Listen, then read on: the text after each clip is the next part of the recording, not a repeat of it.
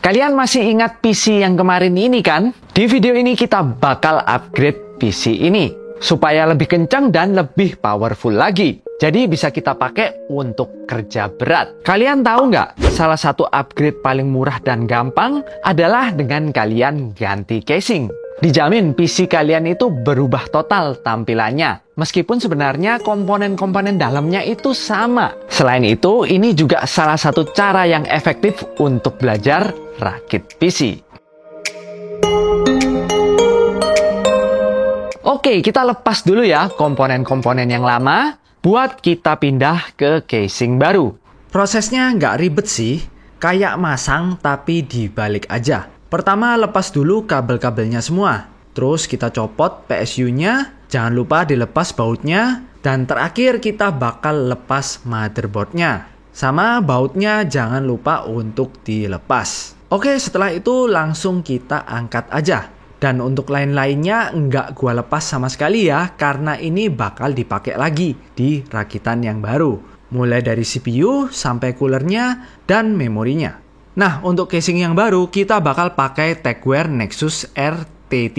Nah, kenapa gua bilang pakai casing ini itu upgrade? Selain karena harganya lebih mahal tentunya, karena casing ini udah dapat 6 kipas gratis. Seperti yang kalian tahu ya, semakin banyak kipas, semakin bagus airflow dari casingnya.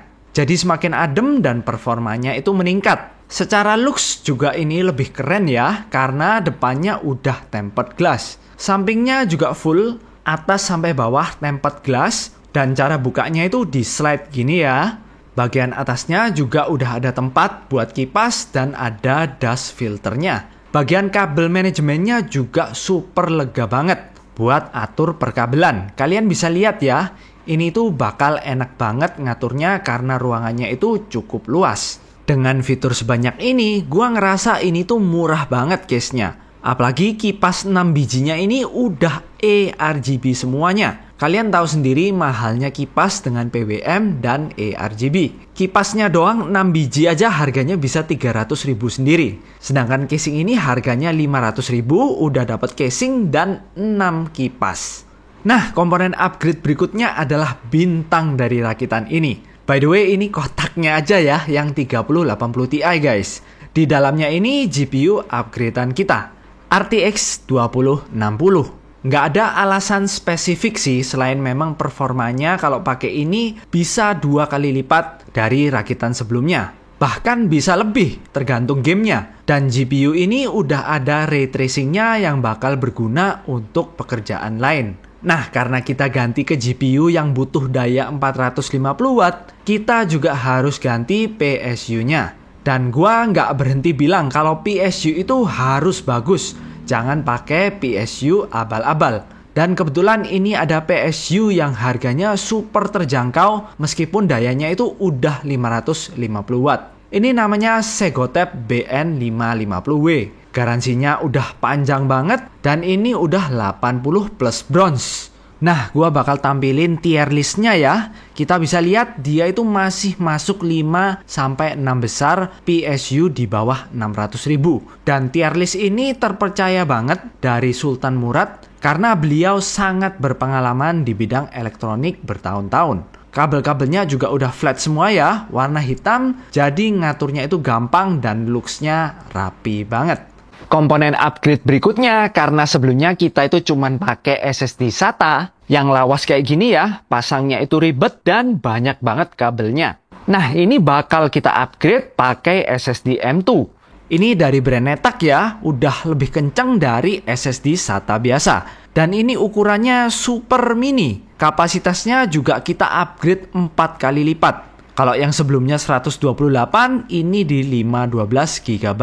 Nah, ini masangnya juga super gampang banget ya. Tinggal didorong aja. Kebetulan Mobo B450M MSI ini ada slot M2-nya. Jadi ya, kita manfaatin aja. Nah, komponen berikutnya ini enggak wajib ya. Ini adalah cable sleeve extension. Biar lebih rapi aja rakitannya. Nggak pakai juga sebenarnya nggak apa-apa. Ini yang tipe extension ya. Kalau yang custom sleeving itu beda lagi. Komponen yang nggak wajib berikutnya adalah display LCD. Ini sebenarnya penting nggak penting sih guys. Selain bikin rakitan kalian itu jadi unik, ini tuh berguna buat nampilin suhu atau status dari PC kalian. Dan ini tuh bisa di custom temanya nanti sesuai selera kita. Kayak gua ya, suka karakter Killua dari Hunter x Hunter, ini bisa kita masukin GIF-nya. Dan layar mini ini udah IPS. Koneknya itu cuman pakai kabel USB-C 1 biji ini aja. Harganya sendiri gua pilih yang paling terjangkau. Ini tuh cuman 200 ribuan tapi kualitasnya udah bagus banget.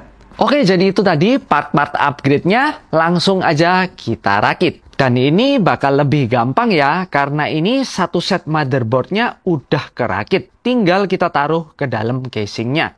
Oke, yuk kita masukin aja motherboard-nya. Jangan lupa untuk pasang backplate-nya dulu. Terus kita langsung baut aja ke casingnya. Nah, berikutnya kita pasang PSU-nya nih. Seperti biasa, kita baut dulu bagian belakangnya dan kita atur jalur kabelnya.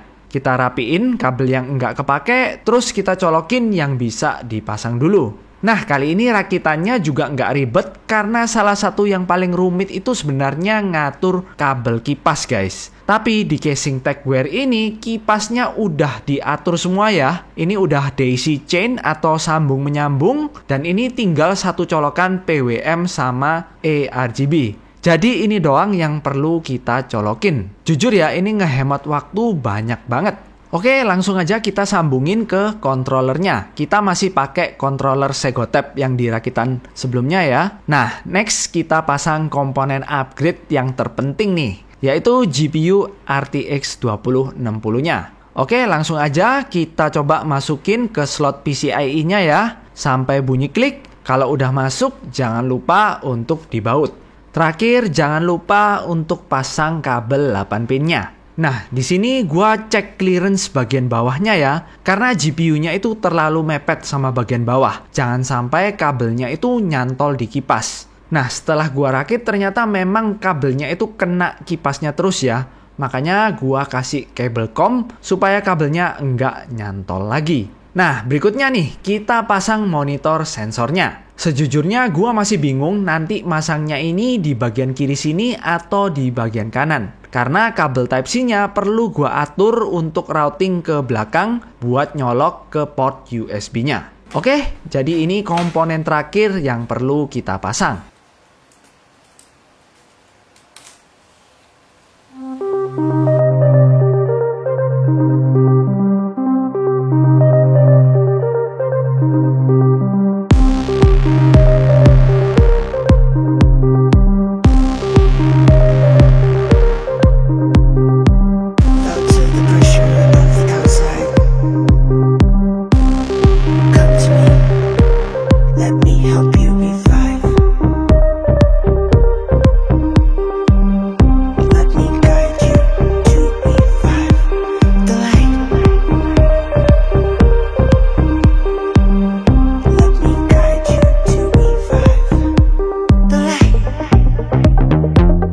Nah, untuk performa CPU-nya tentu aja sama ya sama yang sebelumnya. Jadi kalian bisa cek video sebelumnya.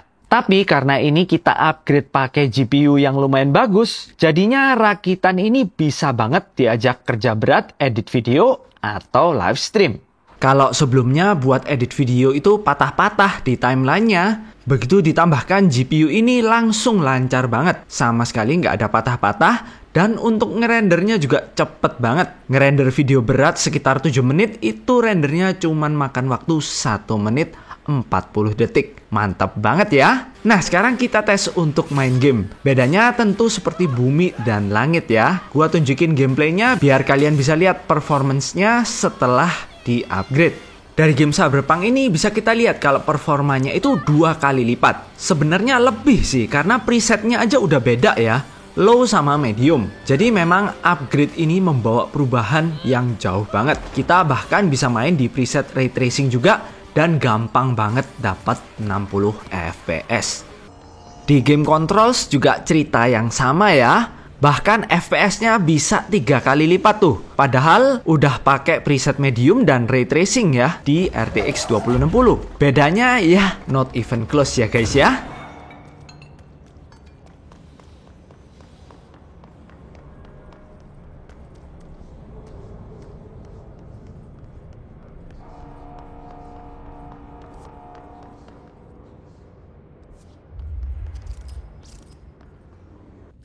Kalau ada game yang perubahannya cukup drastis, ya game God of War ini guys. FPS-nya itu bisa tembus 100 di preset medium Full HD. Sedangkan dengan Vega 11 itu mentok agar biar enak mainnya itu harus di resolusi 720p dan settingnya itu harus lowest.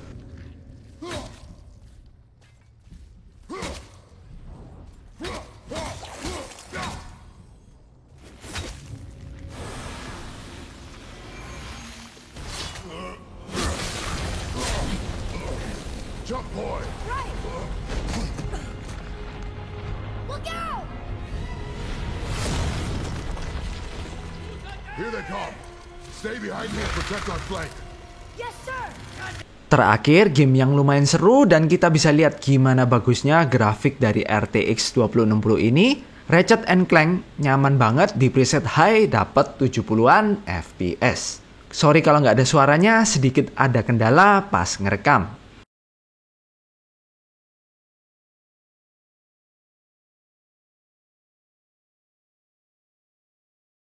Nah, gua udah bikin tabelnya biar kalian lebih enak lihat perbedaan performanya sebelum dan sesudah upgrade. Overall menurut gua worth it banget sih upgrade-nya karena bisa sampai 4 kali lipat performanya.